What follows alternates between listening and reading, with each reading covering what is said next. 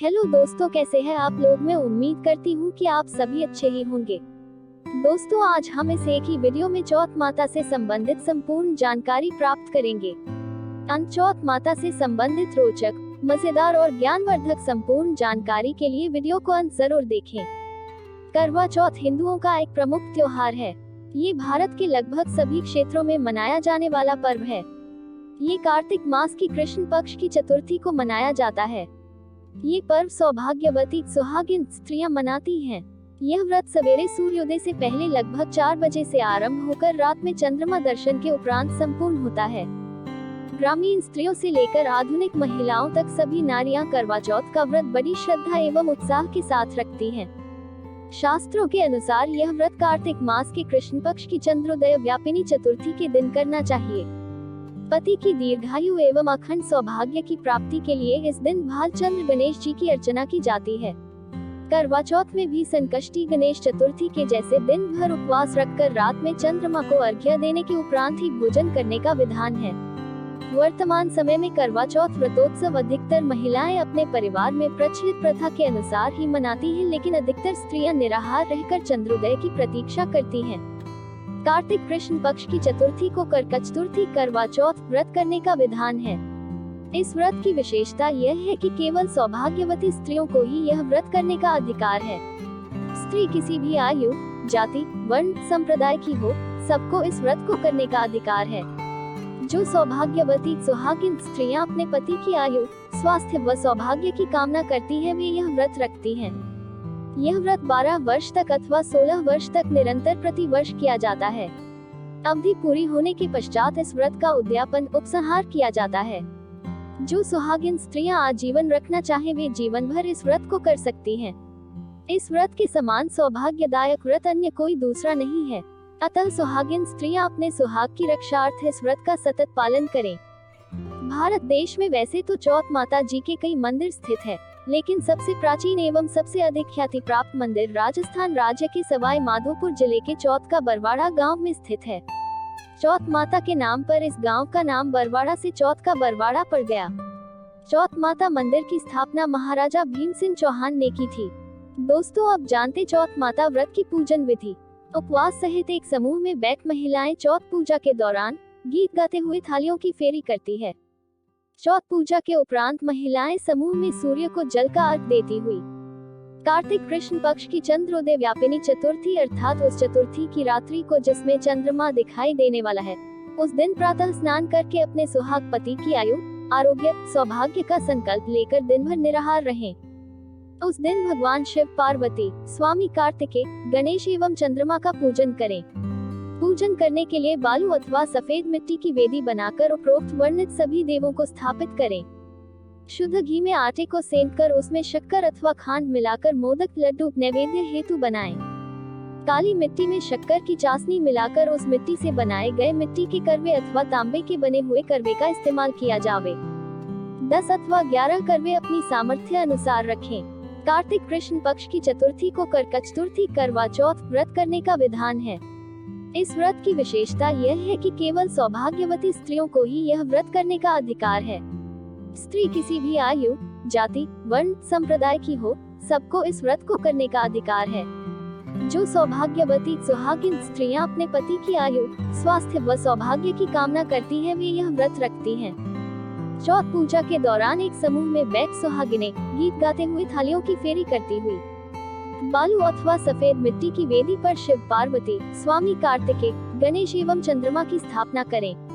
मूर्ति के अभाव में सुपारी पर नाड़ा बांधकर देवता की भावना करके स्थापित करें। पश्चात यथाशक्ति देवों का पूजन करें। दोस्तों, पूजन हेतु निम्न मंत्र बोलें। ओम शिवाय नमः से पार्वती का, ओम नमः शिवाय से शिव का, ओम षण्मुखाय नमः से स्वामी कार्तिकेय का, ओम गणेशाय नमः से गणेश का तथा ओम सोमाय नमः से चंद्रमा का पूजन करें। करवों में लड्डू का नैवेद्य रखकर नैवेद्य अर्पित करें। एक लोटा, एक वस्त्र व एक विशेष करवा दक्षिणा के रूप में अर्पित कर पूजन समापन करें। करवा चौथ व्रत की कथा पढ़े अथवा सुने। सायंकाल चंद्रमा के उदित हो जाने पर चंद्रमा का पूजन कर अर्घ्य प्रदान करें। इसके पश्चात ब्राह्मण, सुहागिन स्त्रियों व पति के माता पिता को भोजन कराएं। पति की माता अर्थात अपनी सासू जी को उपरोक्त रूप से अर्पित एक लोटा वस्त्र व विशेष करवा भेंट कर आशीर्वाद लें। यदि वे जीवित न हो तो उनके तुल्य किसी अन्य स्त्री को भेंट करें। इसके पश्चात स्वयं व परिवार के अन्य सदस्य भोजन करें। चौथ माता व्रत से संबंधित प्रचलित प्रसिद्ध कथाएं। प्रथम कथा। बहुत समय पहले की बात है। एक साहूकार के 7 बेटे और उनकी एक बहन करवा थी। सभी 7 भाई अपनी बहन से बहुत प्यार करते थे, यहाँ तक कि वे पहले उसे खाना खिलाते और बाद में स्वयं खाते थे। एक बार उनकी बहन ससुराल से मायके आई हुई थी। शाम को भाई जब अपना व्यापार व्यवसाय बंद कर घर आए तो देखा उनकी बहन बहुत व्याकुल थी। सभी भाई खाना खाने बैठे और अपनी बहन से भी खाने का आग्रह करने लगे, लेकिन बहन ने बताया कि उसका आज करवा चौथ का निर्जल व्रत है और वह खाना सिर्फ चंद्रमा को देखकर उसे अर्घ्य देकर ही खा सकती है। चूंकि चंद्रमा अभी तक नहीं निकला है, इसलिए वह भूख प्यास से व्याकुल हो उठी है। सबसे छोटे भाई को अपनी बहन की हालत देखी नहीं जाती और वह दूर पीपल के पेड़ पर एक दीपक जलाकर चलने की ओट में रख देता है। दूर से देखने पर वह ऐसा प्रतीत होता है कि जैसे चतुर्थी का चांद उदित हो रहा हो।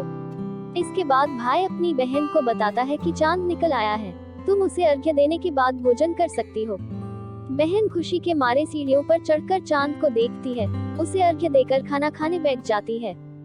वह पहला टुकड़ा मुंह में डालती है तो उसे छींक आ जाती है।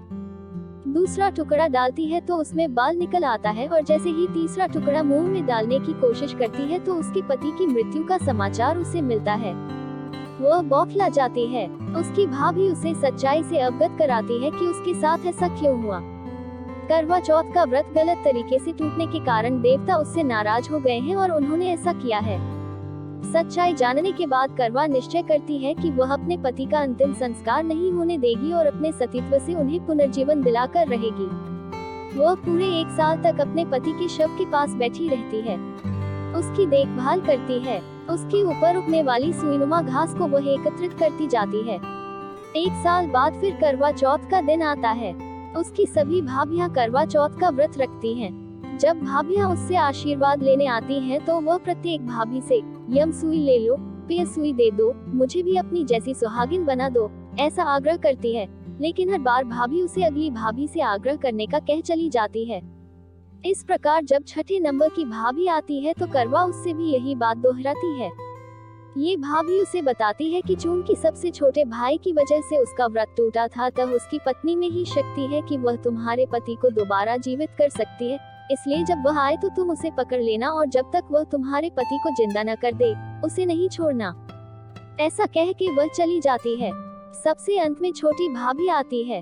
करवा उनसे भी सुहागिन बनने का आग्रह करती है, लेकिन वह टालमटोली करने लगती है। इसे देख करवा उन्हें जोर से पकड़ लेती है और अपने सुहाग को जिंदा करने के लिए कहती है। भाभी उससे छुड़ाने के लिए नोचती है, खसोकती है, लेकिन करवा नहीं छोड़ती है। अंत में उसकी तपस्या को देख भाभी पसीज जाती है और अपनी छोटी अंगुली को चीरकर उसमें से अमृत उसके पति के मुंह में डाल देती है। करवा का पति तुरंत श्री गणेश कहता हुआ उठ बैठता है। इस प्रकार प्रभु कृपा से उसकी छोटी भाभी के माध्यम से करवा को अपना सुहाग वापस मिल जाता है। हे श्री गणेश माँ गौरी, जिस प्रकार करवा को चिर सुहागन का वरदान आपसे मिला है, वैसा ही सब सुहागिनों को मिले। द्वितीय कथा। इस कथा का सार यह है कि शाकप्रस्थ पूर्व वेद धर्मा ब्राह्मण की विवाहिता पुत्री वीरवती ने करवा चौथ का व्रत किया था। नियमानुसार उसे चंद्रोदय के बाद भोजन करना था, परंतु उससे भूख नहीं सही गई और वह व्याकुल हो उठी। उसके भाइयों से अपनी बहन की व्याकुलता देखी नहीं गई और उन्होंने पीपल की आड़ में आतिशबाजी का सुंदर प्रकाश फैलाकर चंद्रोदय दिखा दिया और वीरवती को भोजन करा दिया। परिणाम ये हुआ कि उसका पति तत्काल अदृश्य हो गया। अधीर वीरवती ने 12 महीने तक प्रत्येक चतुर्थी को व्रत रखा और करवा चौथ के दिन उसकी तपस्या से उसका पति पुनः प्राप्त हो गया। तृतीय कथा। एक समय की बात है कि एक करवा नाम की पतिव्रता स्त्री अपने पति के साथ नदी के किनारे के गांव में रहती थी। एक दिन उसका पति नदी में स्नान करने गया। स्नान करते समय वहां एक मगर ने उसका पैर पकड़ लिया। वह मनुष्य करवा करवा कह के अपनी पत्नी को पुकारने लगा।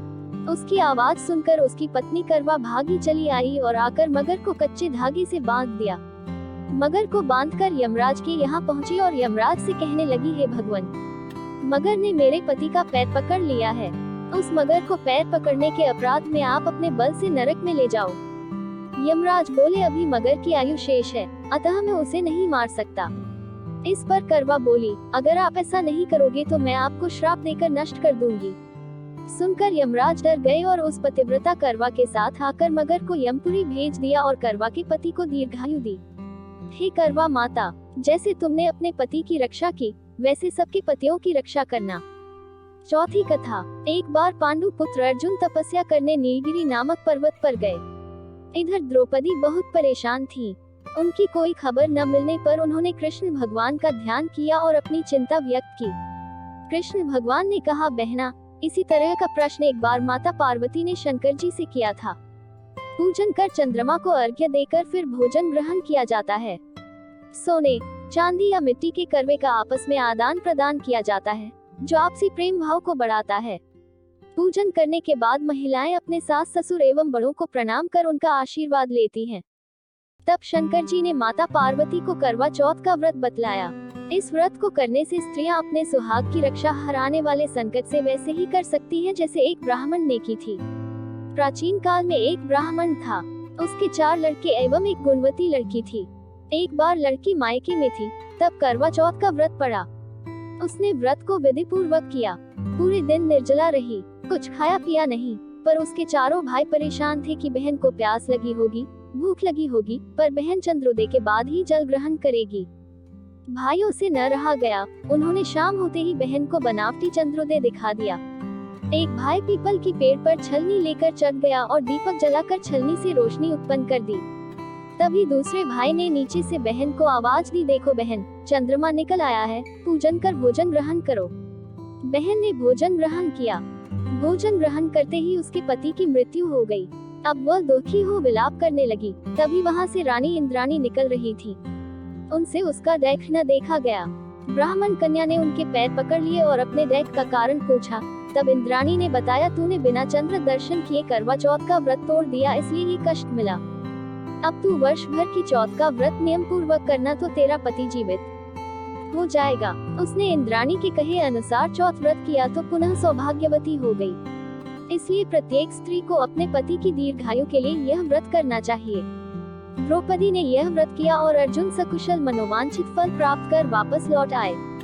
तभी से हिंदू महिलाएं अपने अखंड सुहाग के लिए करवा चौथ व्रत करती हैं। चौथ माता व्रत की पौराणिक कथा। एक समय की बात है कि विष्णु भगवान का विवाह लक्ष्मी जी के साथ निश्चित हो गया। विवाह की तैयारी होने लगी। सभी देवताओं को निमंत्रण भेजे गए, परंतु गणेश जी को निमंत्रण नहीं दिया, कारण जो भी रहा हो। अब भगवान विष्णु की बारात जाने का समय आ गया। सभी देवता अपनी पत्नियों के साथ विवाह समारोह में आए। उन सब ने देखा कि गणेश जी कहीं दिखाई नहीं दे रहे हैं। तब वे आपस में चर्चा करने लगे कि क्या गणेश जी को नहीं न्योता है या स्वयं गणेश जी ही नहीं आए हैं। सभी को इस बात पर आश्चर्य होने लगा। तभी सबने विचार किया कि विष्णु भगवान से ही इसका कारण पूछा जाए।